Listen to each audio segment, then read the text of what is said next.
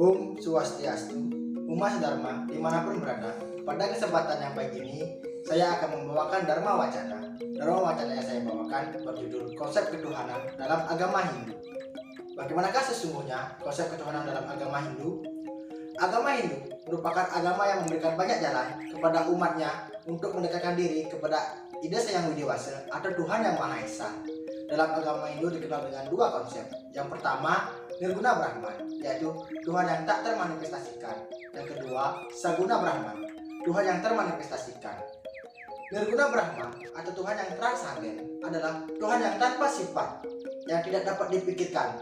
Ia adalah realita yang absolut, suatu realita yang tidak dapat ditentang akan kehadirannya, walaupun tidak diketahui bentuk yang nyata, karena tidak mungkin kita mampu mengungkapkan secara harfiah apa ia itu sesungguhnya, dan tidak mungkin kita mampu menjangkau dan menafsirkannya, bahkan mengungkapkan secara pasti dan jelas apa ia itu sesungguhnya.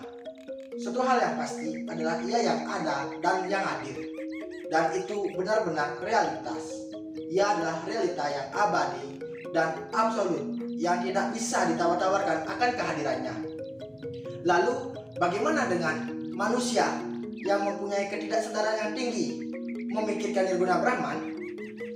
Cetana adalah unsur kesadaran dan acetana adalah unsur ketidaksadaran. Kedua unsur ini memiliki sifat yang halus dan sumber segala yang ada. Cetana memiliki tiga jenis. Yang pertama, Paramasiwa, kesadaran tertinggi. Yang kedua, Sadasiwa, kesadaran menengah. Dan yang ketiga, Siwa, kesadaran terendah. Tinggi rendahnya kesadaran dipengaruhi oleh maya. Contoh, Paramasiwa, kesadaran tertinggi yang dimana tidak tersentuh oleh maya, maka dikenal sebagai Nirguna Brahman, atau perwujudannya suci, murni, kekal abadi dan tanpa aktivitas. Sadasiwa, kesadaran menengah yang dimana mulai tersentuh oleh maya, dipengaruhi oleh sakti, guna, hukum kemahakuasaan yang widi, yang memiliki kekuatan untuk memenuhi kehendaknya. Ia mulai aktif dengan segala ciptaan-ciptaannya, maka dikenal sebagai Saguna Brahman. Yang ketiga, Siwa.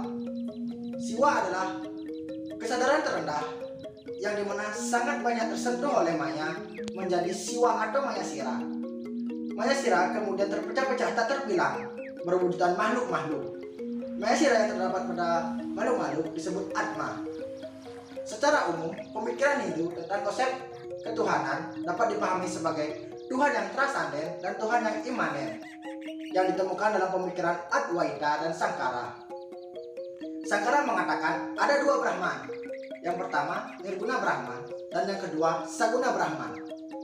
Menurut Sankara, Nirguna Brahman atau Tuhan yang transenden adalah Tuhan yang tanpa sifat, yang terbebas dari perbedaan-perbedaan, sehingga kita tidak dapat membedakan dengan jelas dan tanpa ada satu pemikiran yang pasti atau membatasi.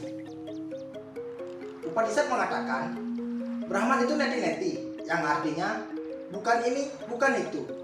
Tidak seorang pun dapat mengenali dan memikirkannya. Saguna Brahman atau Tuhan yang imanen adalah Tuhan dengan segala atributnya yang dapat dikenali dan didekati oleh manusia. Saguna Brahman dikenal sebagai Tuhan yang keberagaman tingkat tinggi, dengan kemampuan pengenalan manusia yang satu berbeda dengan pengenalan manusia yang lain. Dengan demikian, kita yang awam dengan mudah menarik kesimpulan bahwa seolah-olah ada banyak Tuhan di dalam agama Hindu. Nah, pernyataan tersebut sangatlah keliru, karena Nirguna Brahman dan Saguna Brahman adalah satu atau Adwaita yang dijelaskan dalam Chandogya Upanishad, Mandala 4, Sukta 2, Mantra 1, yang mengatakan Ekam Ewa Adityam Brahman, yang artinya Tuhan itu satu, tidak ada keduanya.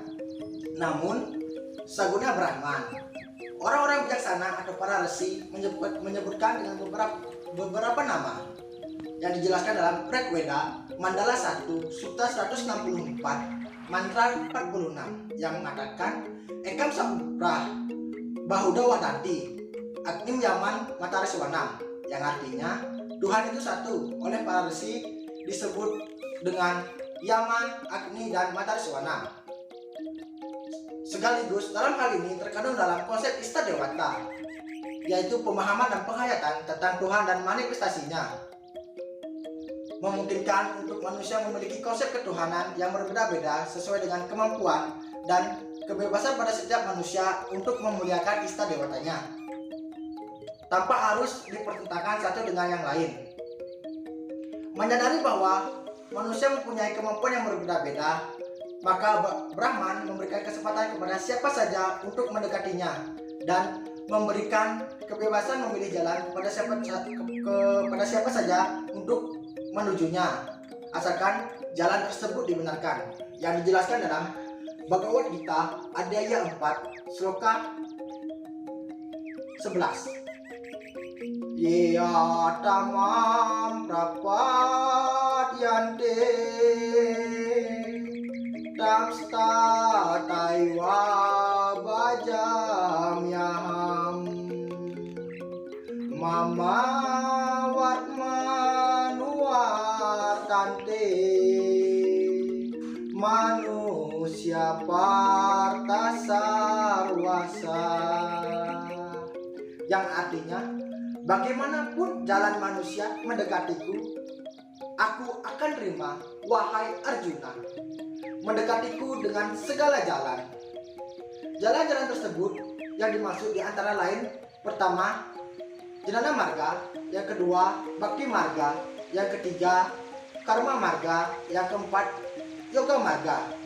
Keempat jalan ini adalah jalan yang terbaik sesuai dengan kemampuan manusia untuk memilih jalan-jalan tersebut untuk mendekati Tuhan Yang Maha Esa atau Ida Yang Dewasa.